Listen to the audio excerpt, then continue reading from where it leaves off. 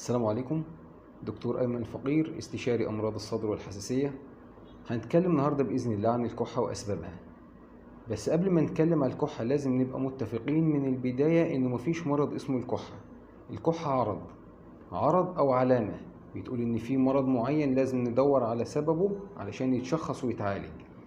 لكن نتعامل على إنها مرض ونقول إن في حاجة اسمها دواء كحة بتعالج مرض اسمه الكحة، ده كلام غلط. أحب أوضح في البداية إنه مفيش حاجة اسمها كحة سجاير أو كحة تدخين، لأن للأسف المصطلح ده منتشر بين يعني فئة كبيرة من الناس، إن هو لو بكح لفترة طويلة بيقول لأ دي كحة سجاير وما بيعتبرهاش إن هي ظاهرة أساسا أو علامة. جالي مريض مصاب، يعني كل العلامات اللي عنده بتقول إن هو من قبل الفحص إن هو مصاب بالسدة الرئوية المزمنة، يعني أخدت منه تاريخ مرضه من قبل ما أفحصه كان بنسبة كبيرة التشخيص واضح إن هو سدة رئوية مزمنة. واثناء تاريخ المرض كنت بساله الكحه دي عندك من زمان؟ يعني هو كان شكوته الاساسيه ان هو في كحه بلغم بقالها حوالي مثلا خدت معاه فتره زمنيه شهر او شهرين، وابتدى يحصل بقى معاه نهجان وصعوبه في النفس لحد ما بقى ما يقدرش يمشي 50 متر، مجرد ما يمشي 50 متر يبتدي يحصل معاه نهجان. واثناء تاريخ المرض بركز معاه الكحه دي معاك من زمان؟ يقول لا مش من زمان. بعد تاريخ المرض والفحص وتاكدنا تماما ان هو مصاب بسده رئويه مزمنه، قلت له استحاله يكون الكحه دي عندك من شهرين بس. يقول لي لا، ما انا بقالي 20 سنه عندي الكحه بتاعت التدخين او كحه السجاير العاديه. فهو اتعامل مع عرض مهم جدا على انه شيء عادي، وده شيء مش عادي. مجرد انك بتكح لفتره طويله وحضرتك مدخن، ثق تماما ان دي بدايه حاجه اسمها التهاب مزمن في الشعب الهوائيه، اللي هو لو استمريت في التدخين ومن غير ما تفكر تعالجها هينتهي بيه الموضوع للسده الرئويه المزمنه. الكحة تقريبا مفيش إنسان على وجه الأرض إلا وحصلت له في حياته ولو لمرة واحدة على الأقل، يعني إن هو العرض اللي هو الكحة ده على الأقل مرة واحدة بس في حياة كل إنسان حصلت معاه. عرض لإيه؟ لكل أمراض الجهاز التنفسي، يعني تقريبا مفيش مريض بيتردد على عيادات الصدر إلا وبيكون الكحة عنصر أساسي فيها.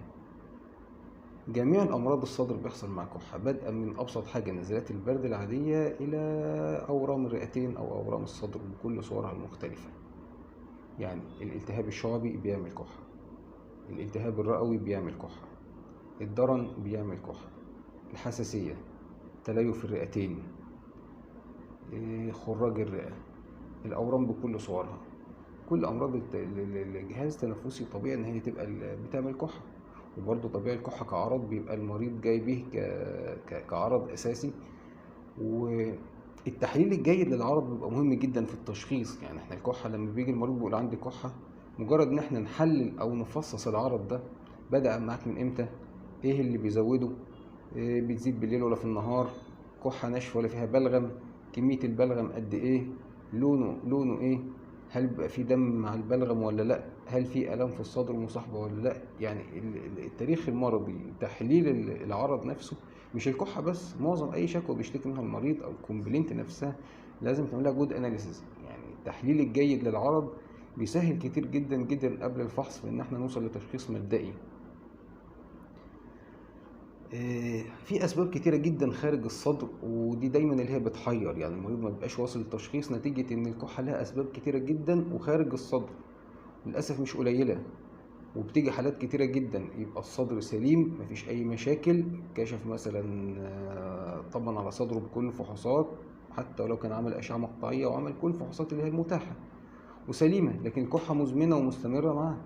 نبتدي بقى ندور على مجموعة كبيرة من الأمراض اللي هي خارج الصدر وبتتسبب في كحة.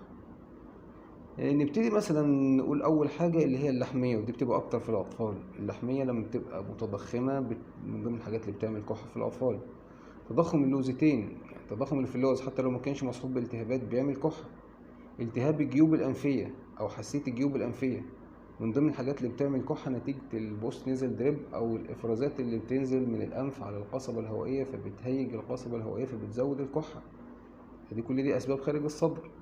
تضخم الغدة الدرقية من ضمن الحاجات برضو اللي بتعمل كحة نتيجة إن هي تضخم، وممكن يبقى تضخم مش مصحوب بزيادة الإفراز، يعني مش بالضرورة إن تضخم الغدة الدرقية يبقى مصحوب بزيادة في إفراز ثيروكسين، ممكن يبقى تضخم مش مصحوب بزيادة في إفراز الهرمون، لكن التضخم ده بيظهر في صورة كحة نتيجة إن الغدة الدرقية ابتدت تضغط على القصبة الهوائية.